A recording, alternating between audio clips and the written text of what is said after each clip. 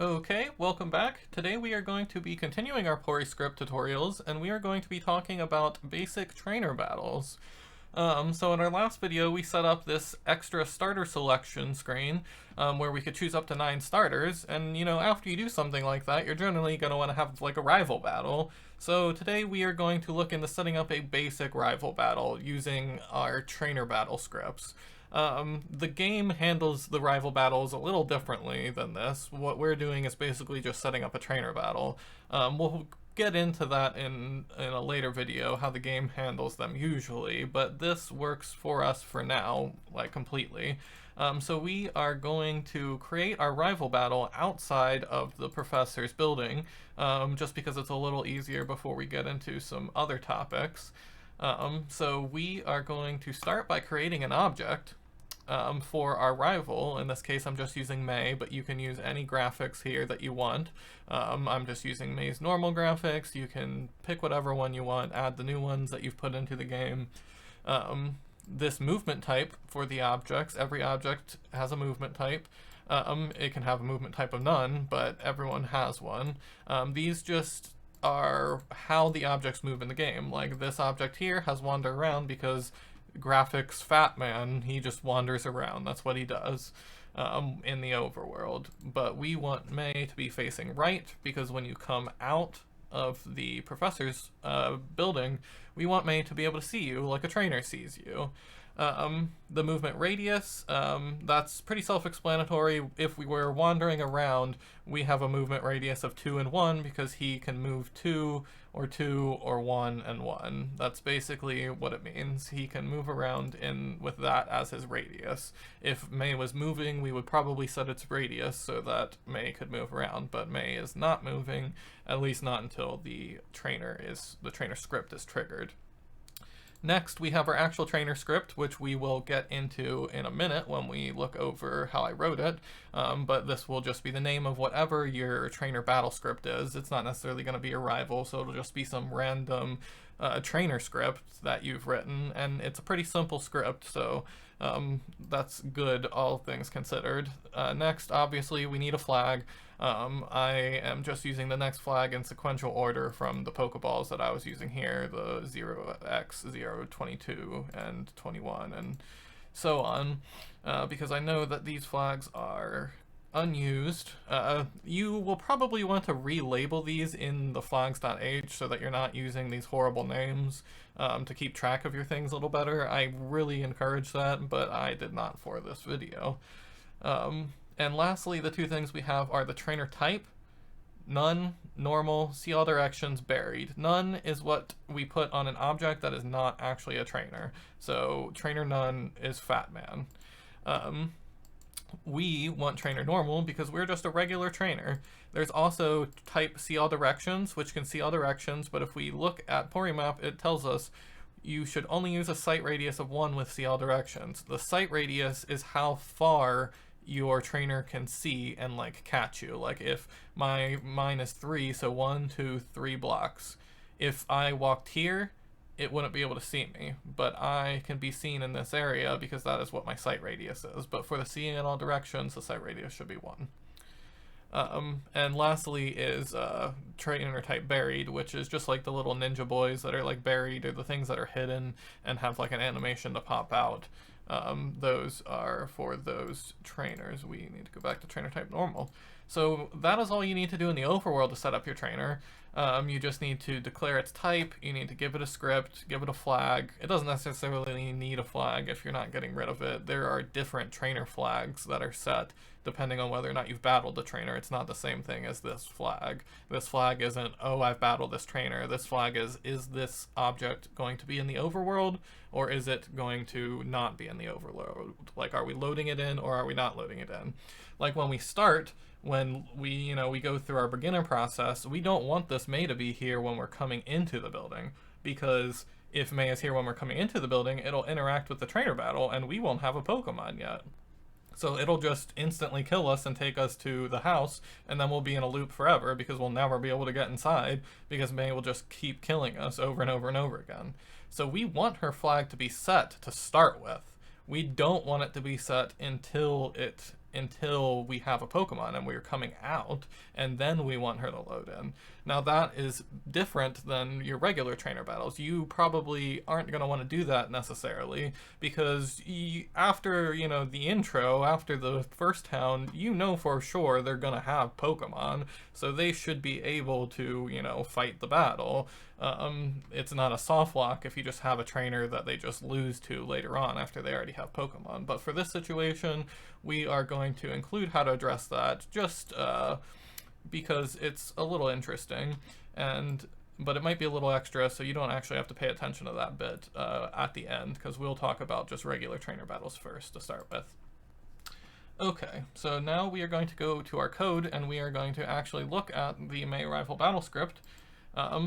Here is our scripts.pory for our little root file, and as you can see, the code all the way up here at the top, this is the original scripts.inc code that we copied into this raw tag. This is the original little root. This just holds all of little root scripts that were written in, you know, vanilla Emerald, and we closed it in with another backtick, and then we added our scripts on the bottom, and it just copies and pastes them in. Basically, when it compiles it, you know, puts this stuff through. It doesn't mess with it because this is already valid.inc. It only compiles our stuff into this when we run it, when we use that raw tag, so we can edit maps that already exist. We don't have to worry about creating a whole new map every single time. So anyway, here are if you remember in our very first Poryscript video, we added this new sign that just says hello world when you click on it. We are going to add these scripts now, this one being the most important for a normal trainer battle, and this is just May Rival Battle. This is the script we use to create our trainer battle, and it is very simple. We call this macro here, trainer battle single, we give it a trainer, we give it an intro text, an outro text, and that's it. Then after here, we have this post-battle script that plays, you know, whenever we click on the trainer after we've beaten it, and we just wait message and end, and that's it. That's all. That's the whole thing. Now, the meat of it is inside of this trainer battle macro. Here, we're using trainer battle single. If we go into our event.inc, our macro list that that you get to by going to ASM macros event.inc inside of your pokeemerald decomp, we can search and we can find the trainer battle macro. Now this one is an overall trainer battle macro. You give it a type and then a trainer and then a local ID and then a pointer and then a pointer and then a pointer and then a pointer and all of that. It can get confusing. It's actually not that complicated, but we are not using this one because we are just doing a single trainer battle and there's a simpler script. But if you wanted the flexibility of all of the different trainer battle types, you would use this original trainer battle macro. But as you can see, all the types: battle single, battle continue script, no music, battle continue script, battle double. This will be, you know, an important one for some people. Battle rematch, battle rematch double, battle pyramid, battle hill. So those are the different battle types. But if we scroll down a bit, we can see here's trainer battle single and here's trainer battle double. And these are the two most important ones that you will probably want to be using. It basically just takes in a trainer, an intro text, a losing text, the outro text. You can give it an event script if you want to. You can make it not play music if you want to. We are not going to be messing with these arguments. We're just going to leave them blank because they have a default value and we don't care about it. It's not a problem for us. So we can just take this trainer battle single macro and we can just give it these arguments and we can call it from our script because it's in this event.inc file. So we just take a trainer battle and all it does is it just sets up a trainer battle with this trainer that is defined in code. Now that is another big part that we'll get into in just a second, how the trainers are defined.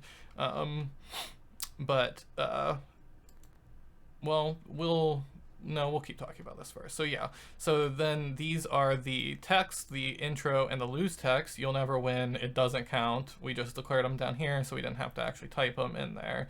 And then we also have this post-battle one, but that's just afterwards. It's not actually part of the trainer battle. So that is the trainer single battle, but if you wanted to do the if you want to do the trainer double battle, it takes a trainer here, an intro text, a lose text, a not enough Pokemon text, meaning you don't have enough Pokemon to do the trainer battle. And that is how the double battles work. It also takes an event script and a music equal to true. So if you wanted to initiate a double battle, you would do it similarly to the regular trainer battle. And here are also the individual ones for the other trainer battles that are defined in the main trainer battle macro if you wanted to use them directly like this instead. But you can, if you're using this one, you can do it dynamically. Like you can change in the code depending on the certain things, which trainer battle you're starting, which can be useful, like especially if you're setting up like a battle tower scenario thing in your scripts. So that is how the trainer battle synchro macro actually works. It just declares the trainer battle for you in the code, and it starts it, and it's a basic battle. Like I said before, our actual trainer battles in the game, or our rival battles in the game, they're a little different. They run some special code, you know, they have special music, and they sometimes have special intros, and those, it's a little more complicated to edit and change, you know, how that works. But we are going to get to it in a later video, but for now, we are just going to use this basic trainer battle script. Anyway, we're going to talk about the actual trainers themselves, because you're like, well, this starts a trainer, but what is this? It's just a trainer. That doesn't really mean much. And we are not going to talk about it too much in this video because it is a big topic, and we will get into actually editing trainers and maybe adding trainers if you wanted to add a trainer. That is done largely, not entirely, but largely in this trainers.h file. There's also the parties, trainer parties, file that has all of the parties for the trainers, but this is where our trainers themselves are defined. We have, like here, you know, we have the Brendan Route 110 Torchic, Brendan Route 111 or 119 Torchic, May Route 103 Mudkip. This is the one that we're using. We're using this trainer, it's already defined in the game, and we are calling this trainer from Poryscript, or from Porymap, the event, well, from both. We are setting this May to be equal to this trainer inside of our game. Now this trainer has, you know, it has a name of May, it uses the May pick, its gender is female, and its encounter music is female. It's of trainer class rival, which is a specific type of trainer class compared to some of the other trainer classes like bug catcher and stuff like that. You know, we don't have any, this trainer doesn't have any items, the double battle is set to false. These are the AI flags, so you can set different flags based on what types of things you want the AI to be able to do. Here it checks to see if its move is a bad move. If it has no effect, or if it's a resistant move, then it won't use it if it can help it. If it can feint you, it will feint you. Like, it'll try to. If it can use extreme speed to feint you, and you're like, oh, well, it won't do that, well, it will if you have this set. And check viability is similar, just to check the move's viability. We also declare the party size, which is defined dynamically using the party struct that is defined in a separate file. Like I was saying, the party is defined as a separate file, and you can find that file by copying this, and you should be able to paste it here. And maybe we will see it.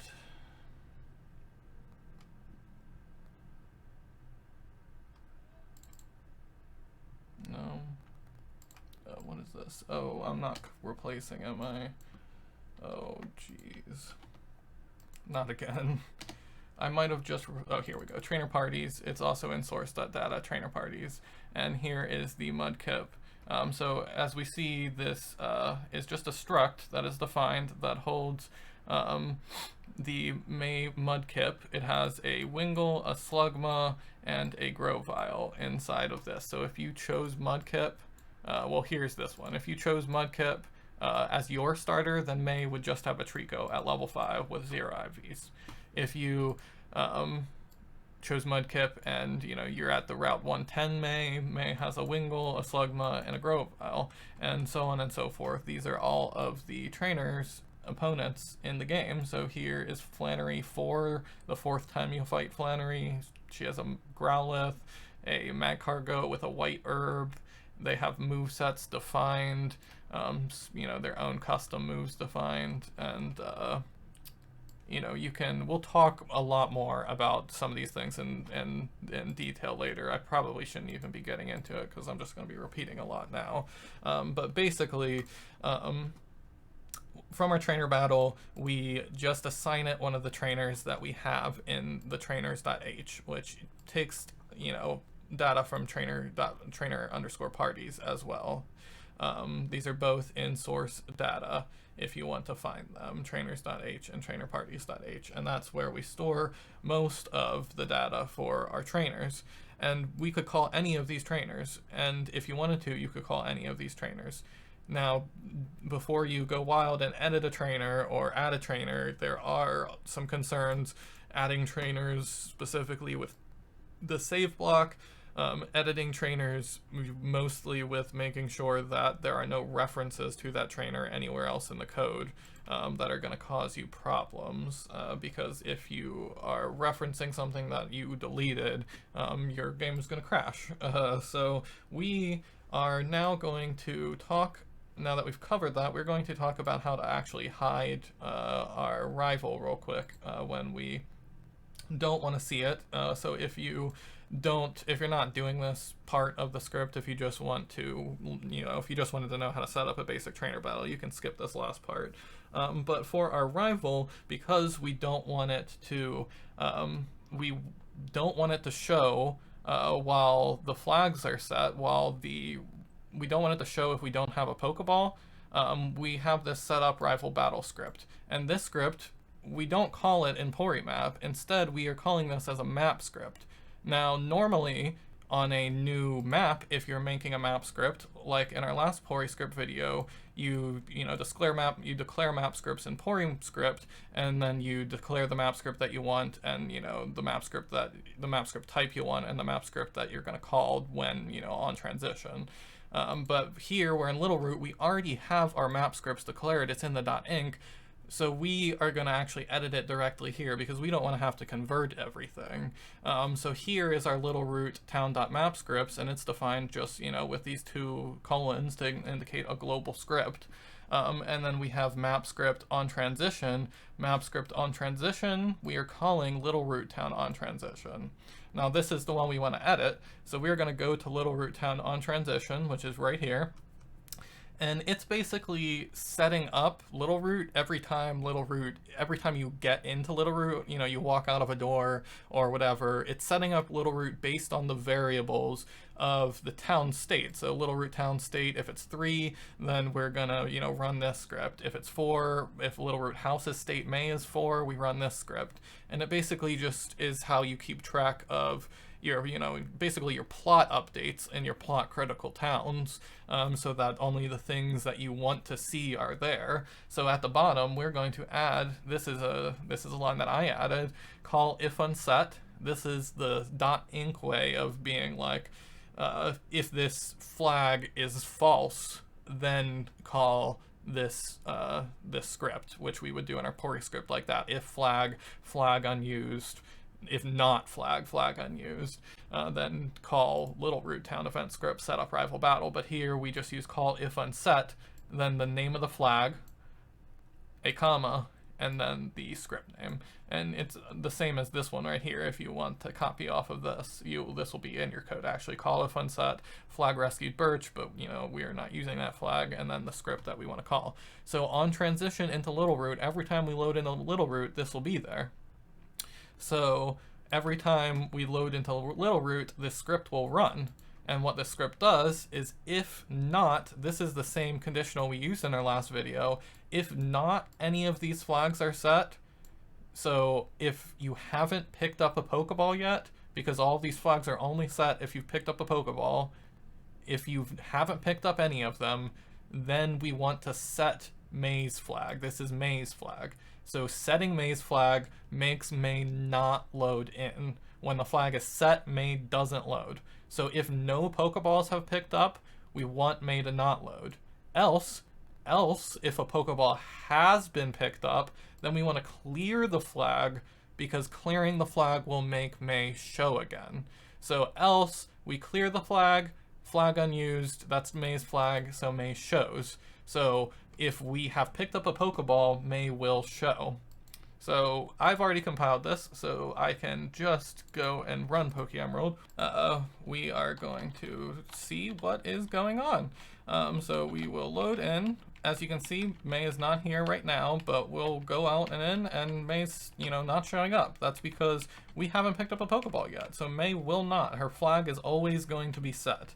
We go and we pick up Trico. We don't give it a name, because we don't want to. We go out. Now we have picked up a ball, so our flag should be set. We can't pick up any more balls, so we can see that the flag is set in at least this map, and there we go. May now appears because May is clearing her flag now. Her flag is being cleared instead of being set. So now May appears in her game, and that you could see her intro text right there. I skipped through it a little quickly, but this is May. The trainer battle for the May Route 103 Torch Kick. You'd normally see this, up at the top above Oldale in Route 103. May comes out, she says doesn't count, because that's what we gave her as her May outro text, and then now she's just here. If we go up and we talk to her, she'll just say, I'll win next time, I'll win next time, I'll win next time, because that is her post-battle text. If we go in and we go back out, she is still there because our flags are still set. We still have picked up a Pokemon, but she doesn't battle us because her battle flag, her trainer flag, is now set so that she's set to not rematch. She's set to not trigger again. And that's a completely different flag than the flag that we edit in Porymap, the flag that we edit here in Poryscript, the 23 that we gave her. This is whether or not she loads in, whether or not she loads into the overworld. But the other flag that determines whether or not you can rebattle a trainer is a completely different flag, and we will get into that in a later video, because we will create our own like little trainer room where you can rebattle trainers over and over again, and I'll have a single battle and a double battle set up so that you can see how that works, and it'll be like a little experience grinding room that you can expand on, and we will do that in a later trainer video. But for now, this is as simple as the basic trainer battles get, your basic single trainer battle. And if you want to edit the trainers, like I said, you go to trainers.h or trainers_parties.h. And these are the files that you use to edit the trainers, to give them new Pokemon, to give them new items. But when you do this, you have to be careful about certain things. Like I said, when you're editing a trainer, you need to be careful that you only give it what it needs. You don't give it anything that's going to cause an error. And when you're deleting or adding trainers, you need to make sure that you don't have any references to the trainers anywhere if you're deleting it or like completely recreating it, because the game will crash if you have a reference to a trainer that's not there. And if you add a trainer, you have to worry about save blocks. So anyway, for now, that is all we're going to talk about. If you have any questions, make sure to leave a comment. Otherwise, we will see you on the next one, where we will be talking about wild/legendary encounters.